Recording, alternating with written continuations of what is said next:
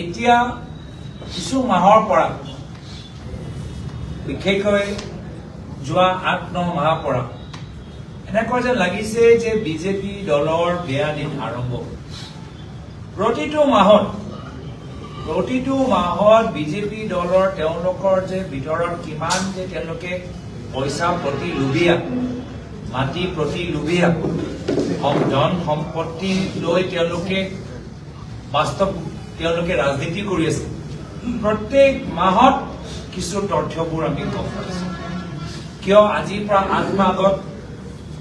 আমি গম পালো তেওঁলোকৰ মাজত গৰু চুৰ সোমাই আছে গৰু চুৰৰ কথাবোৰ ওলালে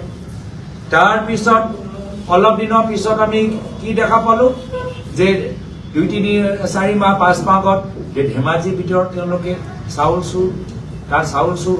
সোমাই আছে তাৰপিছত আমি কি দেখা পালো যে কমলপুৰত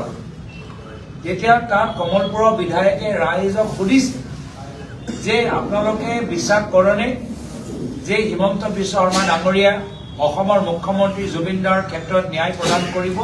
সেই অঞ্চলৰ মহিলাখিনি ক'লে নাই আমাৰ বিশ্বাস নাই তাৰপিছত আকৌ অলপ দিন আগতে আমি কি বাতৰি শুনিলো যে পলাশবাৰীত তাৰ বিধায়কে কেনেদৰে ৰেট বান্ধি দিছে 1 বিঘাৰ মাটিৰ ৰেট কিমান সেইখিনিও পানী বিভিন্ন সময়ত কাৰ্যালয়ৰ কথাবোৰ আমি গম পাই আছো অলপ দিনৰ পিছত আমি কিছু মাহ আগত আৰু এটা কথা কি শুনিলো যে তেওঁলোকৰ বাৰাকৰ 2 গৰাকী বিধায়ক আজি তেওঁলোকে নিজৰ প্ৰমাণ ভাৰতীয় নাগৰিক হিচাপে দিব পৰা নাই 2 গৰাকী বিধায়ক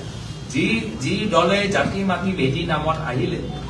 16 মে পিছত প্ৰত্যেক গৰাকী অবৈধ বাংলাদেশী নাগৰিকসকলক ডালি টোপোলা বান্ধি ইয়াৰ পৰা খেদি দিব সেই দলৰ মাজত 2 গৰাকী বিধায়ক আজি তেওঁলোকৰ নাগৰিকত্বৰ ওপৰত সন্দেহ আছে আৰু তো আপোনালোকে দেখিছে প্ৰত্যেক মাহৰ ভিতৰত এনে ধৰণৰ কথাবোৰ ওলাই আহিছে আৰু সদ্যহতে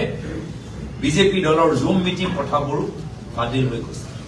এইটো এটা লক্ষণ মই অলপ এইবোৰ চব কথাবোৰ চাই থাকো যে প্ৰতিটো মাহৰ ভিতৰত এনেকুৱা কথা হ'লে মানে বিজেপি দলৰ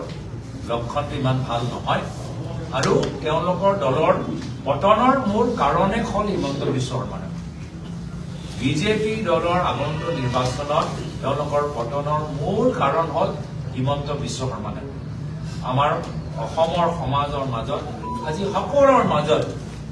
আজি বিভাজন সৃষ্টি কৰি সকলোৰ মানুহৰ মাজত এটা ভয় আতংক সৃষ্টি কৰি দুখ বেদনা সৃষ্টি কৰি আজি তেওঁলোকে সাধাৰণ মানুহৰ ওচৰত যাব পৰা নাই কিয় সাধাৰণ মানুহ তেওঁলোকক বিচৰাও নাই তো সেইকাৰণে আজি বিজেপিৰ দল যি যথেষ্ট মানুহৰ মাজত যথেষ্ট আশা সৃষ্টি কৰিব পাৰিলে আজি তাৰিখত আজি তেওঁলোকৰ স্থিতি যথেষ্ট বেয়া আপোনালোকে গম পাব যে অসমৰ জনসাধাৰণে মাত্ৰ বাট চাই আছে যে কেনেদৰে আগন্তুক দিনত এই অহংকাৰী মানুহক অসমৰ ৰাজনৈতিক পৰিৱেশৰ পৰা খেদিব পাৰে